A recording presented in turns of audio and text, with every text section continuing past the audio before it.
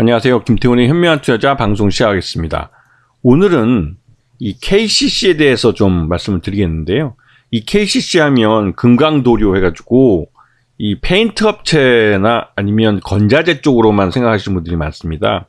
하지만 실질적으로 이 KCC는 이미 이 실리콘 업체로 완전히 변신했다고 해도 과언이 아니죠. 매출이 5조 원 정도가 이 실리콘 사업에서 발생하고 있습니다. 이 실리콘 사업은 기존에 KCC가 갖고 있던 사업에 GE 실리콘이라는 미국에 있는 실리콘 업체를 인수하면서 두 개를 합병하고 또 실리콘 사업 자체를 이 모멘티브라고 이름을 바꾼 GE 실리콘에 다 모아버린, 그러면서 이제 이 KCC가 실리콘 사업을 주력으로 키우는 그러한 사업을 하고 있죠. 그러면서 이제 이 모멘티브라는 미국에 있는 이 실리콘 사업체는 따로 미국 시장에다가 상장을 준비하고 있습니다.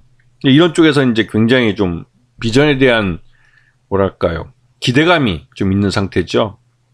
그리고 지금 이쪽 실리콘 쪽 사업은 중국 기업들이 기술력이 낮기 때문에 이 실럭산 이상의 그 다운스트림으로 내려오지 못하고 그 윗단에서 원재료 쪽만 지금 생산하고 있는 그런 실정입니다. 이 말뜻은 중국 기업들이 이쪽 시장을 투자를 해서 키운다 할지라도 기술 장벽으로 함부로 들어올 수 없는 시장이란 뜻이죠.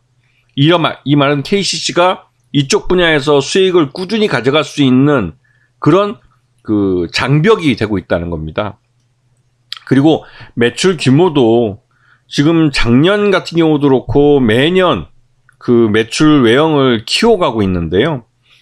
영업이익도 꾸준히 달성하고 있습니다. 당기순이익도 꾸준히 발생하고 있고요.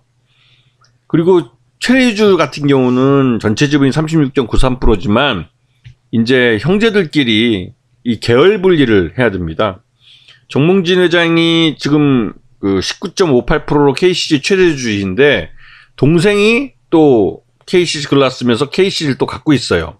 그래서 이 동생들이 갖고 있던 KCC 지분과 또 정몽진 회장이 갖고 있던 KCC 글라스나 다른 계열사 주식하고 스왑 서로 이제 교환을 해서 지분 관계를 정리할 필요가 있습니다. 그래서 이제 이 삼형제 간의 계열 분리가 조만간에 될 가능성이 크죠. 그 계열 분리가 되는 어떤 분기점이랄까요? 그게 바로 이 모멘티브의 상장이라고 볼 수가 있겠죠. 그만큼 모멘티브를 상장하고 나면 KCC가 자금 여력이 충분하기 때문에 동생들의 갖고 있던 KCC 지분을 인수해 줄 가능성이 큰 거죠. KCC 같은 경우 2022년 실적 기준으로 적정 주가가 23만원 정도로 평가되고 있습니다. 현재 그 정도 주가대에서 주가가 등락을 거듭하고 있고요. 지금 이 모멘티브라는 미국에 있는 실리콘 업체의 미국 시장 상장에 대한 기대감으로 더 이상 주가는 빠지지 않고 횡보하고 있는 상황입니다. 아마도 올해 실리콘 시장이 그렇게 나쁘지 않기 때문에 계획대로 올 하반기에 이 모멘티브를 상장시키지 않을까 하는 생각이 들고, 그거에 대한 기대감으로 국내 기관 투자가들이나 외국인 투자가들도 일단은 관망세를 보고 기다리고 있는 것 같습니다. 그만큼 모멘티브를 상장을 시키고 나면 공모자금도 유입되는 것도 있고, 또 이쪽 실리콘 시장에 추가적인 투자를 통해서 매출 예형이나 또 실적을 더 늘릴 수 있기 때문에 그러한 부분을 기다리고 있는 투자자들이 먼 긴 시각으로 이 종목을 바라보고 있는 거죠. 그만큼 KCC는 성장 가능성이 큰 회사입니다. 자, 오늘 방송 여기서 마치겠습니다. 감사합니다.